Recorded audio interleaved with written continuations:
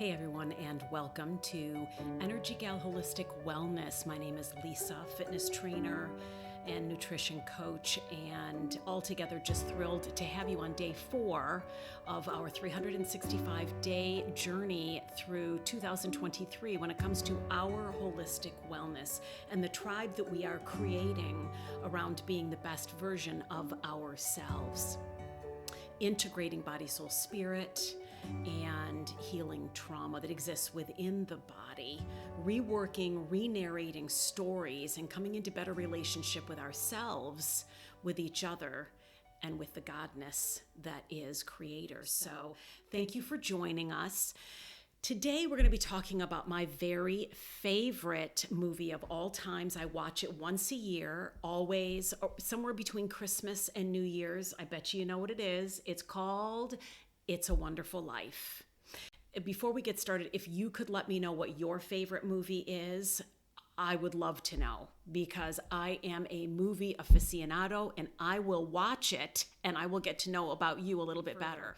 I just want to let you know that this particular topic that we're talking about could be a little bit uncomfortable or even triggering for those of you who have a little bit of healing to do around suicide, whether you yourself have had some experience in that situation, or if you know of someone in your life that has had suicidal ideation, or passed from suicide. So I just want to give you a warning that we'll be talking about the value of life, but we do talk about someone who is thinking about taking their life. And I want to let you know that if that is too uncomfortable or too triggering, please don't watch today's program.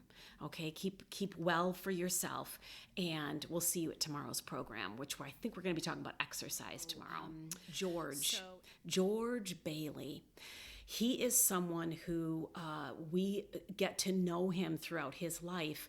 But before we do, we start to realize that he has an issue. You see, it's not his fault, but he is in some financial trouble. And he owes $8,000, which back then would have been, lots and lots and lots of money. Heck, $8,000 today is a lot of money. But he doesn't see any way to be able to get out of the shame that's going to happen when everybody finds out that there has been some scandal in his place of work, and that he is going to owe $8,000. And again, it's not him. He didn't lose the money, but it all falls out on his plate anyway. So he turns to somebody who does not help him, and realizes at that point he's come to the conclusion that the best thing he can do would be to grab his life insurance policy and kiss his wife goodbye, and he's going to jump off a bridge. And he says, "I'm better off dead than alive. I'm worth more dead than alive," is what he says. Well, right before he goes to jump,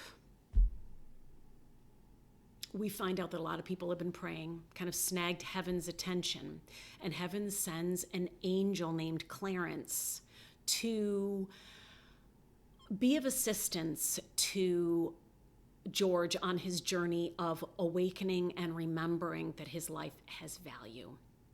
Clarence isn't sure how he's going to do it, and he's a bit of an unconventional fellow, but his purpose is to help George remember that his life and his soul has purpose and has made a difference. So when George says to him, "I'm actually better off dead than alive," it's almost like, you know what, the world would be better off if I had never even been born. Yep, that's my conclusion, says George. It'd be better if I was never born at all. Well, Clarence grabs a hold of that and says, "All right, you've got your wish then. You have never been born." And he goes on and he starts to unpack what the rest of the world would be like if George had never been born. So, spoiler alert, George finds out that his little brother would have died rather than being rescued by George when he fell into the ice. So then his little brother's life would never have existed past the age of 9. His little brother would never have gone on to save all these other people in the war. So all these other people would have died because his brother wouldn't have lived, because George would never have been born. George finds out that his mom, when her only son died at 9 years old because nobody was there, George wasn't there to save him, became this old spinster, mad, frustrated, angry, and he's beside himself to find out that this is his mom's plight. But as Clarence says, but you were not born. He finds out that his uncle, who was responsible for that $8,000 deficit, finds out his uncle ends up being in some kind of institution because nobody was there to hold space for his uncle and to kind of help him figure out what all the little strings tied around his fingers were meant to remind him of. And he's like, wow. And Clarence says, well, but you weren't born, so you weren't there to be a kind space for your uncle. George goes on to find out that his wife becomes a spinster because her world became very, very small. Just the library and home, because George was the love of her life and he had never been born. So George finds out that that the man he used to work for, the druggist, accidentally killed a little boy because he mixed the wrong medicines together. And so his good friend, the druggist, is in jail for the rest of his life for murder and becomes the town drunkard. And George says, I don't understand how this could happen. And Clarence says, but you weren't there to see that your boss was in mourning, was sad, mixed up the medicines wrong, and gave it to you, who you realized the medicines were mixed up wrong. So you went back to your boss and said, listen, I know you're sad and I know that it's not your fault, but you did something wrong. You put poison in this medicine and you saved that little boy's life, and you also saved your boss, the druggist's, life, and he went on to be prosperous because you were born. But no, you see, you weren't there. You weren't born. And so these people, this life proceeded. So on and on it goes from there.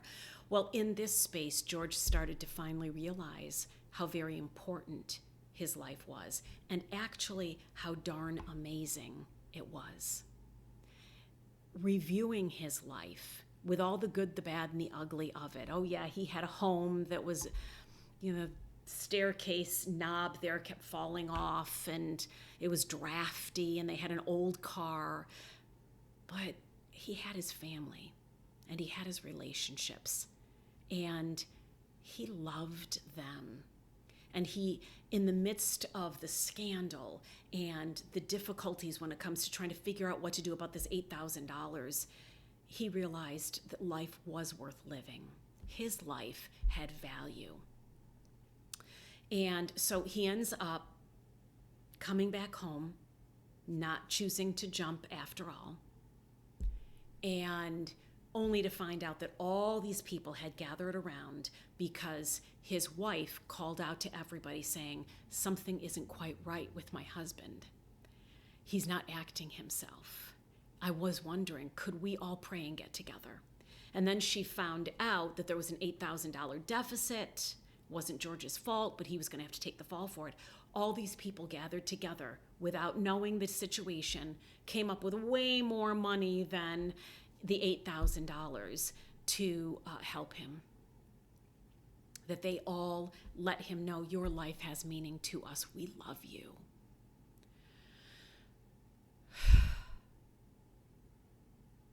Still gets to me.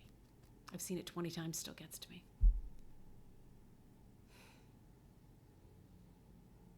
We are a good people. We really are.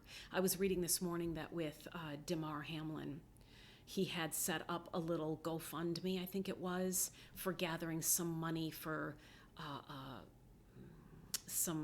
a toy drive that his mom likes to do. And at the time it had $2,500 in it. And because of the situation that he's in now, people are recognizing and they want to reach out and do something to help. And so his toy drive up is up to like $5 million. We are a good people who want to help each other. We recognize the value of each other and our lives, and we do want to help. There is a part of us that's generous. I believe that. Clarence ended up writing in a book, and anyway, it's just too much to explain. But Clarence ended up saying this: no man is a failure who has friends, friendships, relationships. If I was going to tell us anything on day 4 of our 365-day journey, it would be this, my friends. It all comes down to relationships.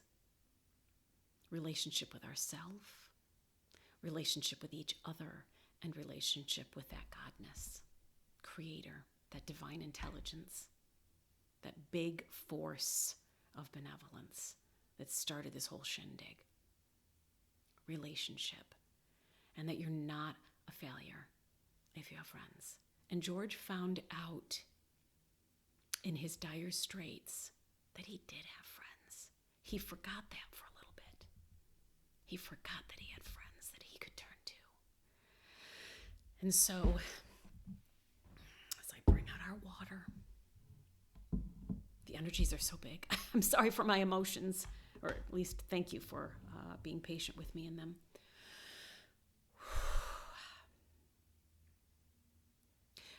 I want to create a tribe where we know that we can rely on each other for prayer, for encouragement, for inspiration, for motivation, and for lighting the way.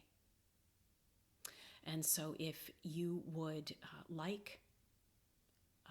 share, comment, subscribe, let's be here for each other. Let's build a tribe. Let's remember that we do have each other. And that this is what this is about. This next leg of the journey is about building relationships. So, yeah. Let's drink to relationships, hey? L'chaim.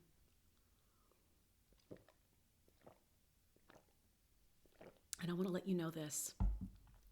On your worst of days, when you think, what the heck? Does this even matter? What's going on? I'm overwhelmed. I feel so alone. Or God forbid you get to the point where you think I'm worth more dead than alive, or it'd be better off if I was not even born. And I had seasons of my life like that, really struggled. Let us remember the value of our life. Let us remember the value that we bring to other people, whether they recognize it or whether they tell us, or whether we recognize it.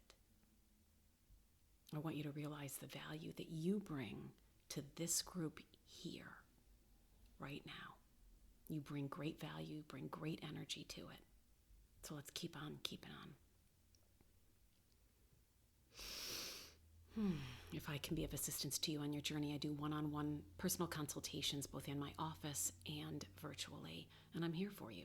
So let me know. In the meantime, tomorrow we exercise. It's day 5, so we're going to celebrate by doing 5 different exercises, 5 times each, 5 times through. So when you come tomorrow, bring your water bottle, your sneakers, and a pair of shorts, your leggings, because we're going to be sweating. Take care, everybody, and have a wonderful rest of your day. I love you.